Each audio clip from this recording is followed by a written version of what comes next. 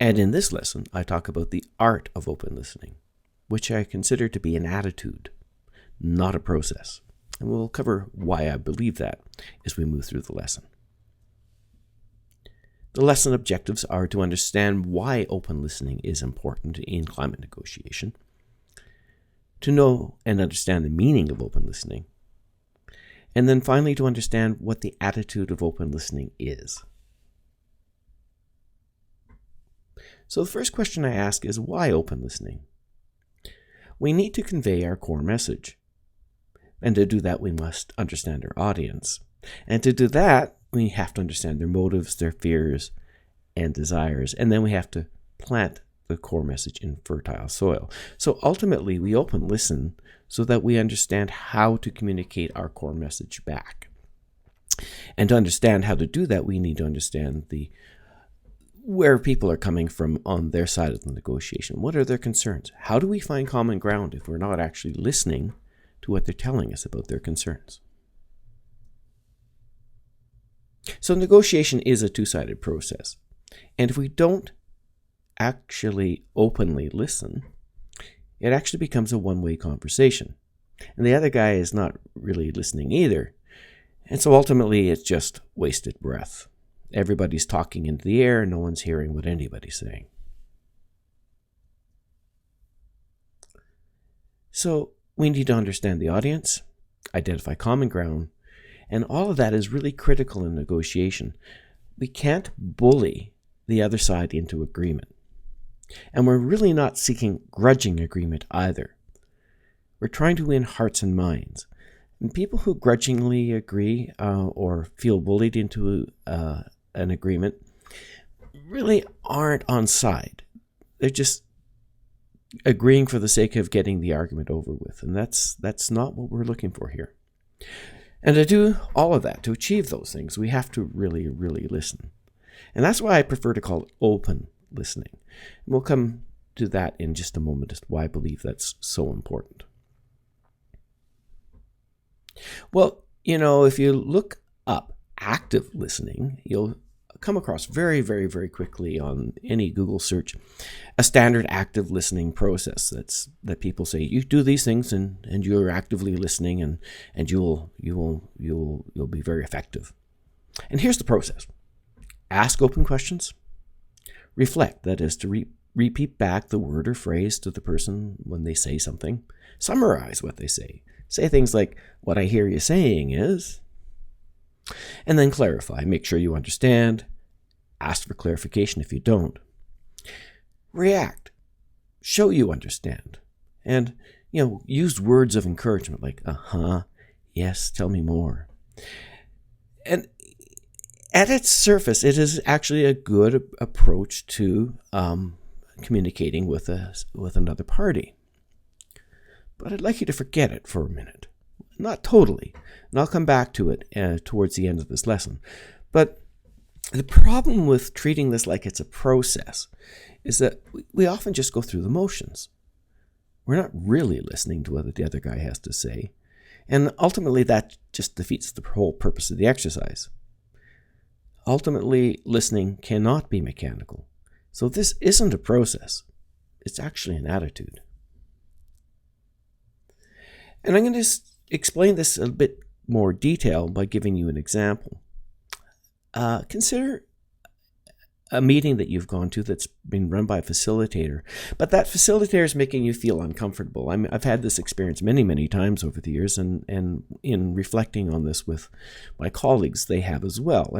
You go to the meeting, it's sort of a mechanical process. You feel that the facilitator isn't listening.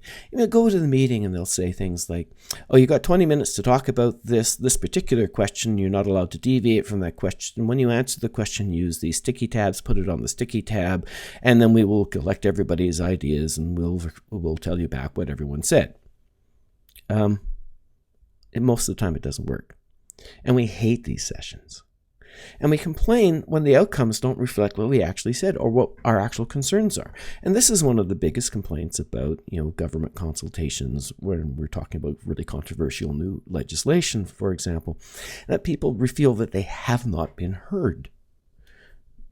And actually, at the end of the day, this is the worst of all possible outcomes because people resent being conned. And so the reaction to the process is that you told me you were going to listen to me. You didn't listen to me. You lied. I don't trust you anymore. So it's better not to do that at all. So let's start over and get into a bit more detail about what we actually mean here. Well, Merriam-Webster defines listen as to pay attention to sound, to hear something with thoughtful attention. And open listening is actually the second definition. So it's not the mechanical act of hearing, although folks often think of it as the first, that is paying attention. And hence, they apply this kind of a mechanical process to the thing.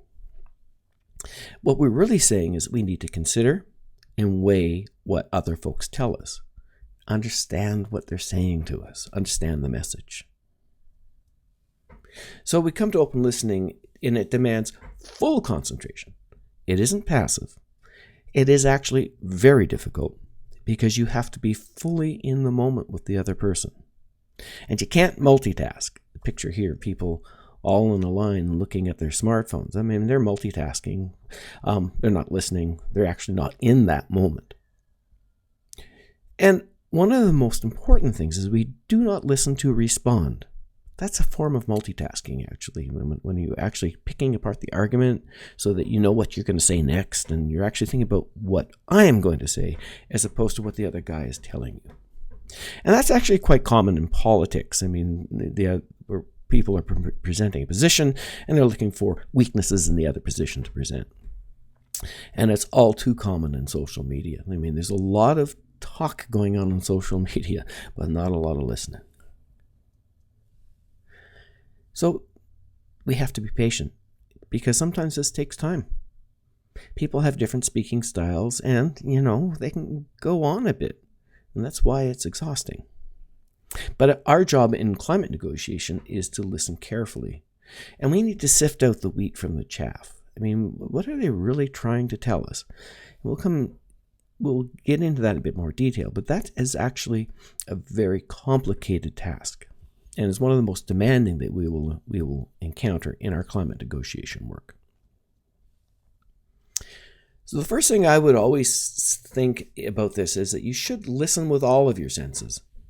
This seems kind of soft and trivial, but I mean, how do people look when they're telling you these things? I mean, over social media, sometimes you can't do this, but certainly if you're talking face to face, do they look angry? Do they look nervous? Do they look unsure of themselves? Are they making eye contact? How do they phrase things? Do you think they're talking with their own voice, or is it something that they've read somewhere or somebody's told them to say? I mean, you can tell because when people are speaking naturally, there's a rhythm to the way they talk. And when the rhythm changes, oftentimes that tells me as a listener that they're not now talking about their own message, speaking somebody else's voice. Has it been rehearsed? People, when they're really nervous about something, will rehearse it over and over again. That's not necessarily a bad thing, but a rehearsed message is one that you have to be scrutinize very carefully. What's underneath it? So, is this something they've heard from a friend or read on social media or in a book? And you need to ask yourself, are they multitasking? I mean, are they really talking to you at all? I mean, if you're in a meeting and somebody's looking at their phone and talking over their phone and talking to you and glancing half the time at what's going on their phone, they're not really telling you anything. And, all of our senses, I mean, if you shake hands, are the hands clammy? I mean, how do they look? I mean, so we need to listen with all of our senses, and that's one of the reasons why I say you have to be fully in the moment. You can't do this if all you're doing is sitting back and doing other things and kind of half glancing at somebody. You have to really look at them. One of the things I have always encouraged people to do is listen for gaps. And that sounds really kind of weird, but what I'm saying is oftentimes you learn more from what isn't said than what people actually say to you. So if they don't cite research, for example, they may not have done any. Or if they avoid discussing a topic, that may actually be the issue that we want to think about. Or if they don't say something, they may be waiting for us to broach the topic, or they may be embarrassed by it, or may feel that it's too personal, and they're actually not so sure how receptive you might be to it. So we need to listen for those gaps. Those gaps can be very telling in open listening. And as I said, it is exhausting. It gets difficult and we get tired. So our attention wanders. And then when we do that, we're no longer listening. And a speaker can tell when you're not there anymore. And that actually puts the brakes on the discussion. They say, okay, I'm done. And they'll change the topic very quickly onto something that's a little bit less meaty and more benign. So all of a sudden we're talking about sports and the weather. Or we can get impatient. We want people to get to the point. Get on with it, man. And, oftentimes when you're speaking to people, you just get the sense that they like the sound of their own voice. So they're going to talk on and on and on. And it's our job to sit there and listen to that. This is important because in all of that, people eventually do get to the point. And that's what we're trying to find out. And one of the things that is really clear to me is that you can't listen and talk at the same time. This is actually multitasking as well. So we do have to have the patience to let people say their piece without interruption. And our objective is to fully understand what they're saying to us. What are they really saying? Not just the words, but the meaning behind all of that. And that's the kind of open listening that we're encouraging people to do. And this is one of the reasons why I said this is more of an attitude than a process. But I'm back to process now for a moment. Because when you are open listening, what you'll start to actually do the things that we encourage through the active listening process. In fact, the active listening process came from observing effective listeners. And so they say, effective listeners do these things, and these are the steps. But it shouldn't be mechanical. So, when you do truly openly listen, you instinctively encourage people to tell you things. You make eye contact, you nod, and you say things like, I see, or, uh-huh. You do that instinctively. You don't have to look for a spot in the conversation to put it in to make it look like you're actually listening. And you instinctively reflect. You start to use the same words and phrases within the conversation. And you will often seek to clarify. You'll find yourself, if you're actually openly listening, saying things like, I didn't quite get that. Tell me more about that. I'm just a little bit fuzzy. So we do that. It's instinctive. It's not a process. It's an instinct. Most of us actually don't summarize what the other guy has said, but and some people actually do this instinctively, but I would argue that developing the summary is really easy if you're openly listening. We just need to give ourselves permission to share. And that giving ourselves permission to share is hard. Why? Because we're shy and embarrassed. What if I got this wrong? You share back and summarize to the other guy what you think they said, and they said, that's not what I said. I didn't mean that. And that's embarrassing. But that's actually the point. We want to know when we don't understand. Then we can correct the error and avoid confusion. That's the point. So when we openly listen, we are interested. We ask open questions because we're interested. But we have to give ourselves permission. And oftentimes when you're openly listening, you will find that you already have a bunch of questions, but you're just afraid to ask them. You don't want to look stupid. So we need to get on with asking the questions we have. That's once again part of the process, part of the purpose of what we're doing. And what I find is that when things aren't going well, when you think this is not actually moving along, that's when I would like to ask an open question. And then, as I said, get out of the way. So ask an open question, see what they have to say, and let them go. Let them go. That's what you're here for. Just remember, this isn't an exam. You're not asking a question to get the correct answer. You're asking the question to hear something new. So my takeaways from all of this is that we openly listen to understand, to find our common ground, and to win hearts and minds. And that a mechanical process just doesn't cut it. It's not sufficient. So we have to be in the moment of the discussion. I would also argue that we instinctively do the right things, but we have to give ourselves permission to do it.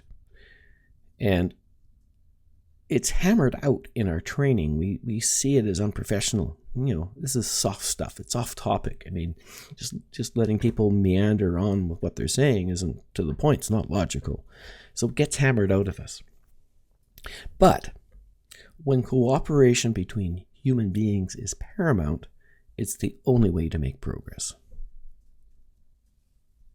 So in this lesson, I covered why open listening is important, the meaning of open listening, and why it's an attitude of listening as opposed to a process.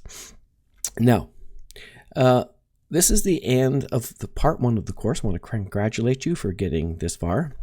And we will now take these pieces that we've been looking at through the fundamentals section of the course and build on them and look at a number of logical fallacies that we encounter in climate negotiation and how to apply the tools that we've already discussed to that process. Feel free to comment below, and I will look at your comments and we will share them with other participants of the course and carry on with this discussion.